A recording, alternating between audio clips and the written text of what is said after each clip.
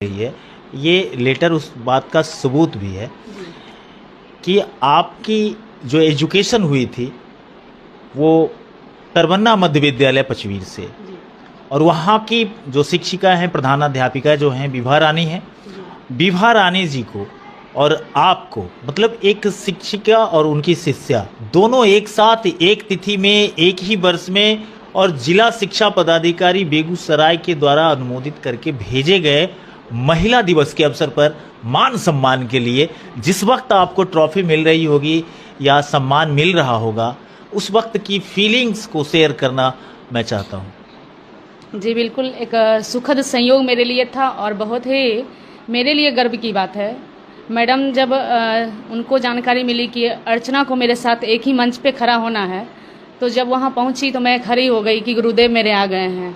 तो बोले आप बैठिए, और मेरी उपलब्धि में एक और उपलब्धि जुड़ गई है कि मेरी स्टूडेंट मेरे साथ सम्मानित हो रही है। पूरा कोर्ट का जो माहौल था, जब ये जानकारी वहाँ खुद ही मैं दी वहाँ पे, चूँकि गुरुदेव हैं, मैं इनको प्रणाम करना चाहती हूँ। पहले मेरा नाम वहाँ पुकारा गया फर्स्ट नंबर में, सेकंड में मैडम का नाम आया, तो मैं खुद जाके मंच पे ये अनाउंस की कि मेरे गुरुदेव हैं और मैं इनका आशीर्वाद लेना चाहती हूँ।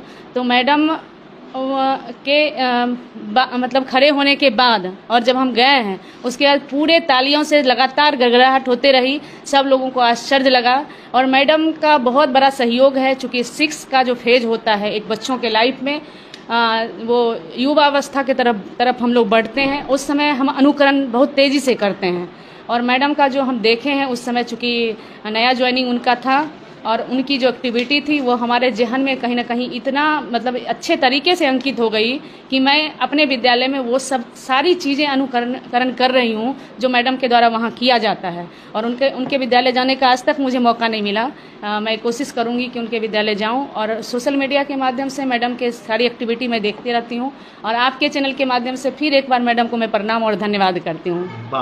बहुत बहुत धन्यवाद आपको। इन दिनों सोशल मीडिया पर देखा जाता है कि छात्र सोशल मीडिया पर ज़्यादा एक्टिव रहते हैं, स्टूडेंट्स और ख़ास करके टीनेजर्स, चाहे वो फेसबुक हो, इंस्टाग्राम हो, यूट्यूब हो, इन 3 प्लेटफॉर्म पे तो निश्चित रूप से स्टूडेंट भी काफ़ी इन्वॉल्व रहते हैं।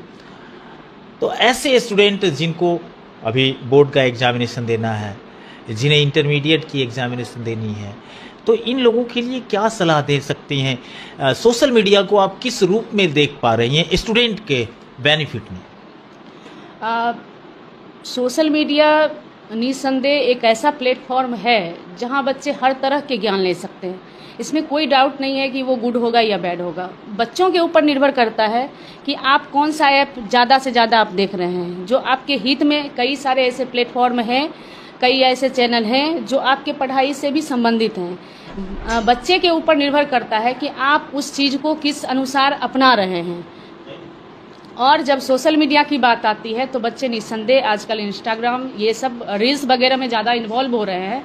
आपके चैनल के माध्यम से मैं ये एक एग्जाम्पल, सीधा एग्जाम्पल देना चाहती हूँ कि कोरोना के समय में हमारे घर के भी बच्चे सोशल मीडिया, उनके पास भी मोबाइल आ गया, लेकिन वो उस मोबाइल का सही उपयोग करके अपने पढ़ाई को और एक्स्ट्रा वो उसमें कर पाए।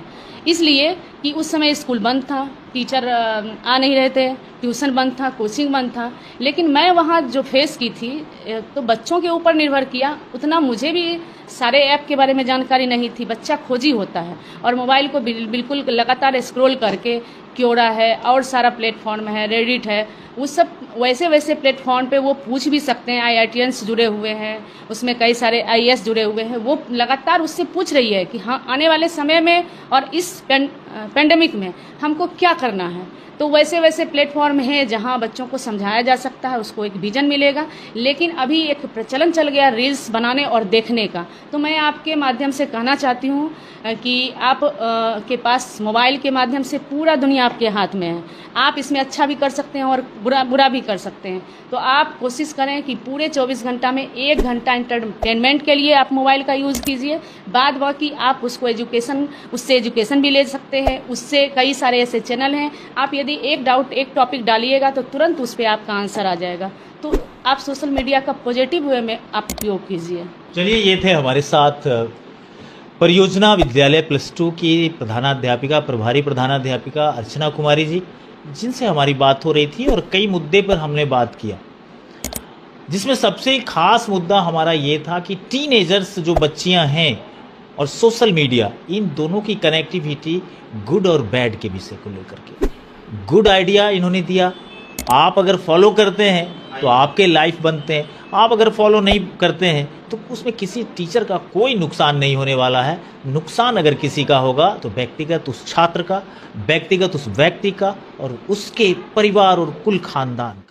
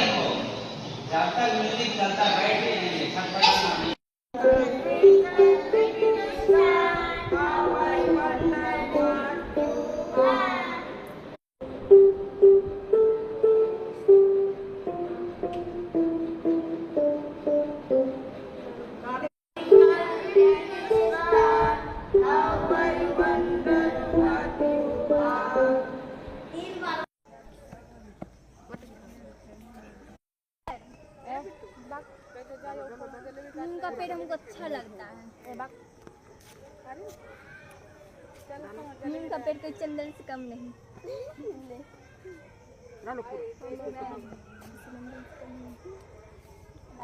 कम नहीं। सब इधर देखो न।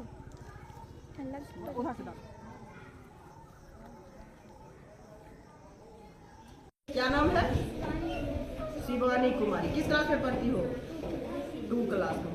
तुमको पहचानने आता है क्या क्या चीज है? बताओ तो। ये क्या है? इसका क्या खाती हो? अच्छा, बैगन का चोखा खाती हो, सब्जी नहीं खाती हो? खाती हो ना? तो बैगन का चोखा भी होता है और बैगन का सब्जी भी होता है। ये क्या है? अच्छा, और ये क्या है? चावल को कच्चा भी खाती हो? तो सिझा के खाती है, पका के खाती है। तो चावल को जब पका देती है तो उसको क्या बोलते हैं? जब चावल को पका देती हो तो उसको क्या बोलती हो? चावल ही बोलती हो। अपना भाषा में क्या बोलती हो? चावल। भात कौन बोलता है? चावल ही बोलती हो कि भात भी बोलती हो? तुम लोग भात भी बोलती हो। और भात भी बोलता है लोग, चावल भी बोलता है ना। ये क्या है? दाल। अच्छा, इसमें एक लाल दाल है और एक पीला दाल है। तो लाल दाल को कौन सा दाल कहते हैं? नाम जानती हो? लाल दाल जो है वो क्या है?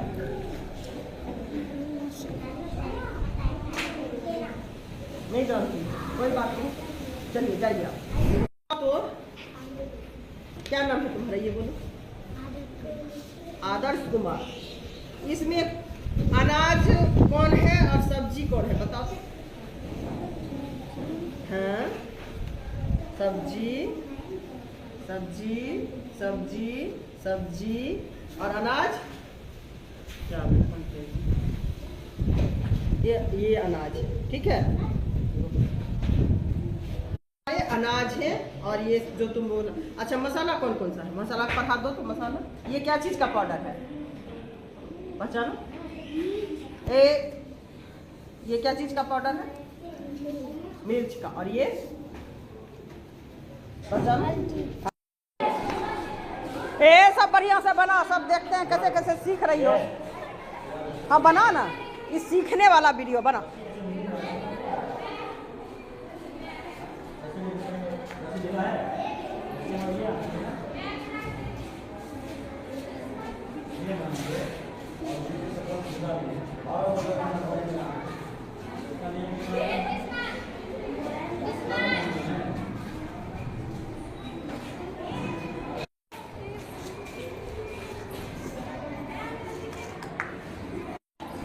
बच्चा की फोटो ले लीजिए। मैंने कैसे बताया था? 10 बताया था। बोल रही थी भाई वाला।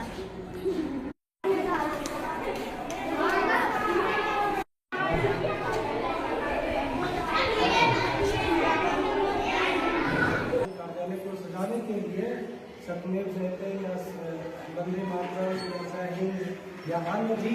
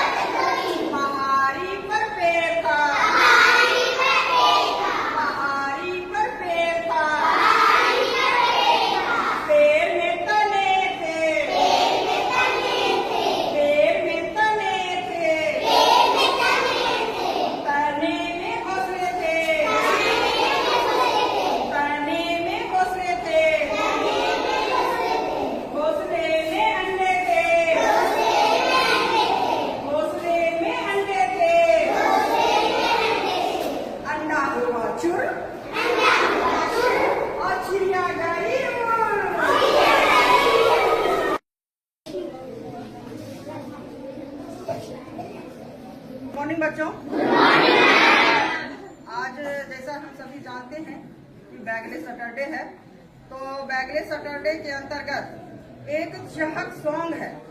अभी कुछ दिन पहले हम टीचर चहक प्रशिक्षण करके आए और वहां से कुछ सीख करके आए और आप बच्चों के बीच में रखा गया। तो एक चहक सॉन्ग है जिस पर हम और हमारे समक्ष जो 8 बच्चे खड़े हैं मिल करके कुछ एक एक्टिविटी प्रस्तुत कर रहे हैं। तो आप सभी इसे देखें और इसे सीख लें। धन्यवाद।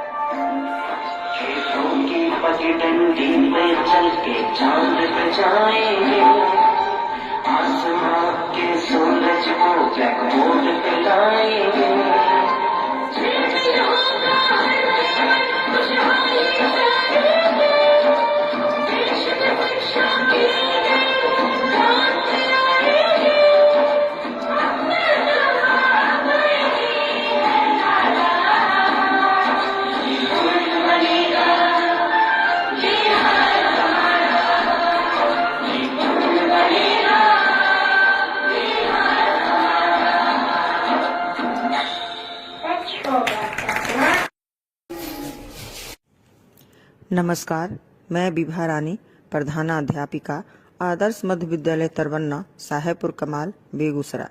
मैं आज पढ़े बिहार बढ़े बिहार के अंतर्गत 100 डेज रीडिंग कैंपेन पर अपना अनुभव साझा करना चाहती हूँ। इस अभियान के शुरू होने के पूर्व से ही मैं प्रकृति से प्राप्त चीजें एवं वेस्ट मटेरियल से TLM का निर्माण कर बच्चों को शिक्षा दे रही थी। यह आइडिया मुझे तब आई जब मैं देखी कि बच्चे पुराने ढर्रे पर वर्ग संचालन से ऊब जा रहे थे। फिर आया यह माइक्रो इम्प्रूवमेंट प्रोजेक्ट और उसका टास्क। इसको पढ़कर मेरे अरमानों को एक नई पंख और शिक्षा के क्षेत्र में एक नई गति मिल गई। ऐसा लगा जैसे कोई मेरे मन की भावना को पढ़ लिया हो और मेरे समक्ष लाकर रख दिया हो। फिर क्या था, मैं इसकी शुरुआत चेतना सत्र में धमाकेदार रूप से की, जिसका नाम रखा शिक्षा जोगिरा। हो 100 दिवसीय पठन अभियान की करती हूँ शुरुआत, रखना काबू में बच्चों अपने अपने जज्बात।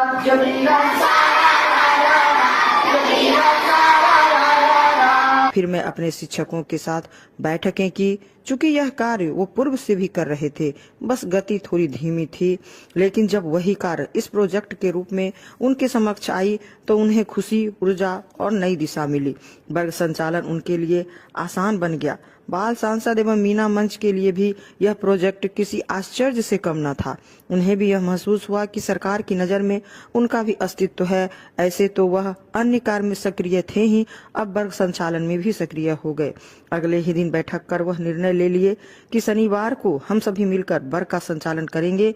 इसके लिए उन्होंने खुद से स्कूल में आए अंडा के कार्टून से TLM का निर्माण किए और बखूबी पढ़ाए भी। फिलहाल विद्यालयों में विकास के नाम पर कोई फंड नहीं है। इसका भी हल हमारे बच्चों ने दान पेटी बनाकर ढूंढ लिया। आप देख सकते हैं कि किस तरह से बच्चे ने वाटर कूलर के कार्टून को अलमीरा का रूप दिए हैं, जिसमें वो नवाचार सामग्री रखते हैं। माइक्रो इम्प्रूवमेंट में बताई गई विधि एवं प्राप्त पुस्तकों से हमें, हमारे शिक्षकों और बाल सांसदों को इतनी सहायता मिली कि उनके लिए गतिविधि करवाना आसान हो गया। बच्चे का उबाऊपन भी खत्म हो गया, क्योंकि वो खेल खेल में पढ़ पा रहे थे। इस तरह से लगभग 60 से 70% बच्चों का उनके उम्र सापेक्ष जो न्यूनतम अधिगम स्तर होता है, उसमें वह सफल रहे। इस प्रोजेक्ट के अंत में अभिभावक और शिक्षा समिति के सदस्यों को जिस समारोह में बुलाया गया, उसका नाम रखा गया रीडिंग मेला। इस मेला में जब उनके ही बच्चे उनके समक्ष गतिविधि कर रहे थे, उन्हें कहानी पढ़ के सुना रहे थे, उनके खुशी का ठिकाना न था। हम शिक्षकों का सम्मान भी उनकी नजर में बढ़ गया। अब तो यह माइक्रो इम्प्रूवमेंट प्रोजेक्ट में बताई गई बातें और टास्क शिक्षा के मुख्य धारा से जुड़ गई हैं और इससे हम प्रधानाध्यापक एवं शिक्षकों को इतनी मदद मिली जिसकी कल्पना नहीं की जा सकती। इस तरह से यह माइक्रो इम्प्रूवमेंट प्रोजेक्ट पढ़े बिहार बढ़े बिहार मेरे विद्यालय के लिए बहुत ही कारगर सिद्ध हुआ है। अंत में मैं MDM पर आधारित खुद का बनाया गीत प्रस्तुत करना चाहती हूँ, क्योंकि इस तरह से भी बच्चे विद्यालय की ओर आकर्षित होते हैं। धन्यवाद। पढ़ने के लिए आए हैं घर से, पढ़ के ही जाएंगे, अंडा केला खाएंगे, सरकारी स्कूल जाएंगे। ठीक है।